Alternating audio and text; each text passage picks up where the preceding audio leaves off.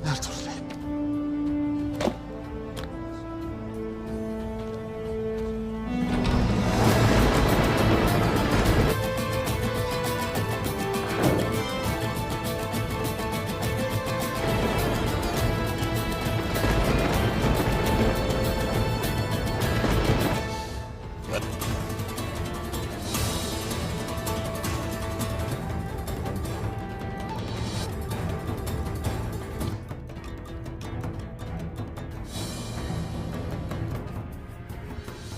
Yeter!